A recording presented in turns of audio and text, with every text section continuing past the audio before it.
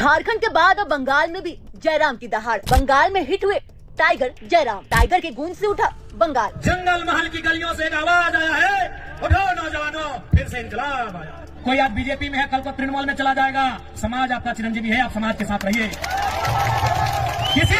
किसी MP MLA में इतना ताकत आपने देखा था क्या? झारखंड के बाद अब बंगाल में भी जयराम महतो ने जबरदस्त टांग छेड़ दी है। झारखंड की वही भीड़ उन्होंने वहां भी इकट्ठा किया। हालांकि टाइगर जयराम की रैली का मंजर देखने लायक था। इतना ही नहीं, जब लाखों की भीड़ के बीच टाइगर जयराम महतो ने जैसे ही बोलना शुरू किया, वैसे ही लोगों के अंदर की एनर्जी हाई होने लगी। जंगल महल की गलियों से एक आवाज आया है, जंगल महल की गलियों से एक आवाज आया है, उठो नौजवानों, फिर से इंकलाब आया। क्या आप तैयार हैं? बैंक है, they have their vote banks because they are from NDA and India। कोई फर्क नहीं कैंडिडेट कौन होगा, who will be the candidate। आप इंडिया से हैं, इंडिया गठबंधन से हैं, ये लोग आपको वोट करेंगे। आप एनडीए से हैं, ये लोग आपको वोट करेंगे।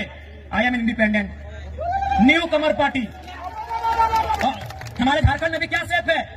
81 में 56 इंडिया के पास, 24 एनडीए के पास। 56, 24, 80 हम अकेले हैं। यानी हमारे पास कोई वोट बैंक नहीं, हमारे पास कोई समीकरण नहीं। और हमने क्या कहा कि पार्टी बनती है, बिगड़ती है। कोई आज बीजेपी में है, कल को तृणमूल में चला जाएगा। समाज आपका चिरंजीवी है, आप समाज के साथ रहिए।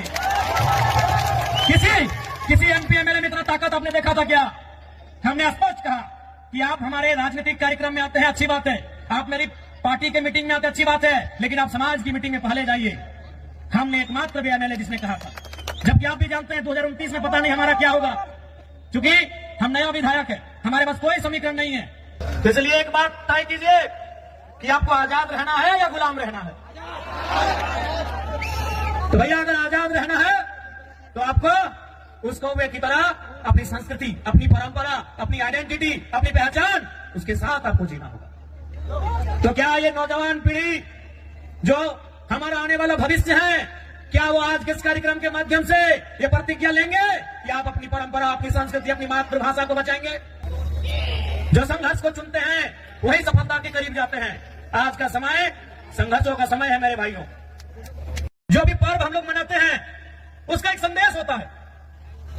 हमारे जो तो पर्व आछे, जो तो त्योहार आछे, ওদের ভিতরে একটা মেসেজ আছে, সন্দেশ আছে কি আর মানে কি এই কাজটা আমাদের পূর্বজ কি জন্য করেছে, এই কাজটা কেনে, এই বরফ খুঁটা কেনে, এই কাড়া খুঁটা কেনে, এই টুসু কেনে, এই করম কেনে, জিতিয়া পরব কেনে, এই কোনো না কোনো ওদের ভিতরে একটা মেসেজ আছে। তো বরফ খুঁটার মানে কি সবাই জানি कि আমরা चासा लोग माने की न सावन महीना का जो समय होता है हम वो खेती बाड़ी करते हैं, धान लगाते हैं, हार जोते हैं। इधर भी वही टाइम होता है ना, हम मार्च में नहीं ना करते हैं, न दो चारों खेत देखे थे हमारी तरफ। यानी हम सावन महीना जिसे हम लोग अंग्रेजी के कैलेंडर में जुलाई अगस्त के आसपास कहेंगे, यानी उस समय हम क्या करते हैं, हल चलाते हैं और खेत में धान लगाते हैं और मूल हमारा संबंध धान से। उसके बाद का जो समय होता है सितंबर आधा, सितंबर आधा, अक्टूबर पूरा और थोड़ा सा नवंबर, यानी 1.5-2 महीना क्या होता है कि हमारा जो बरद है, काढ़ा है, उसको रिलैक्स हो जाता है। तो भाई रिलैक्स हो जाता है तो उसको हम लोग क्या करते हैं, इस त्योहार में उसको पहले तेल लगाते हैं। हमें की गोरी वाके तेल मखाए कहे ना, तेल किसको मखाया जाता है, लगाया जाता है जो थका हारा होता है। आज के यदि हमारे घरे यदि बाड़ी कोनो पहुना आसे, कोनो कुटुंब आसे, तो हम लोग क्या करते हैं कि भाई थोड़ा तेल लगा देते हैं, भाई आप बहुत दूर थक के आए हैं।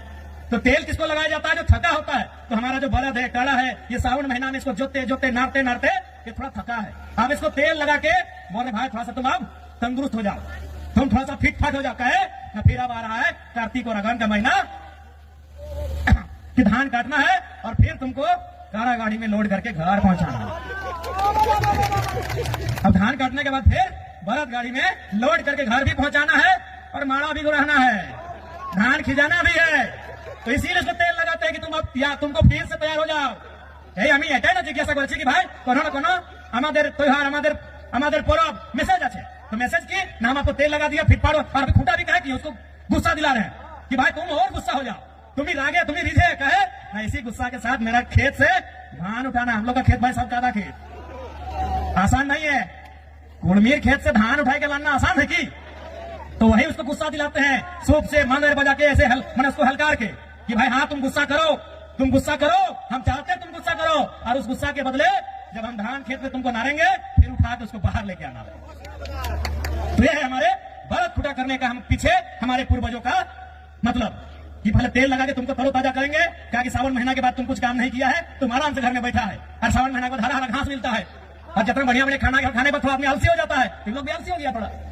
तो इसीलिए अब फिर से आ गया टाइम कार्तिक महीना का, अगहन महीना का, अब इन लोग को। वहीं जयराम महतो ने कहा, चाहे आप इंडिया से हो या फिर इंडिया गठबंधन से, वोट बैंक चाहे कोई भी हो, लेकिन समाज और संस्कृति की पहचान सबसे पहले है। उन्होंने खुद की पार्टी का जिक्र करते हुए कहा, हमारे पास झारखंड में अकेले कोई वोट बैंक नहीं है, लेकिन समाज के लिए लड़ना बेहद ही जरूरी है। इतने में भी जयराम महतो रुके नहीं। उन्होंने कहा कि कौवा काला और दिखने में साधारण है, लेकिन उसकी मातृभाषा कभी गुलाम नहीं होती। वही तोता सुंदर है, लेकिन भाषा की नकल करता है, इसलिए उसे अक्सर पिंजरे में रखा जाता है। वहीं इतने में भी जयराम महतो रुके नहीं। उन्होंने कहा कि कौवा काला और दिखने में साधारण है, लेकिन उसकी मातृभाषा कभी गुलाम नहीं होती। वही तोता सुंदर है, लेकिन भाषा की नकल करता है, इसलिए अक्सर उसे पिंजरे में रखा जाता है। वही उन्होंने यह भी कहा कि मतलब साफ है, जो अपनी पहचान और संस्कृति के साथ खड़ा है वही आजाद है। इधर युवाओं को जोश हाई देखते हुए जयराम महतो ने जोर देते हुए कहा कि एक पीढ़ी को जेल जाना होगा और दूसरी को गोली खानी होगी, तभी तीसरी पीढ़ी सफल होगी। समाज और विरासत की रक्षा के लिए त्याग करना बेहद ही जरूरी है। फिलहाल झारखंड और बंगाल में जयराम महतो ने फिर से दिखा दिया कि समाज, संस्कृति और युवाओं की शक्ति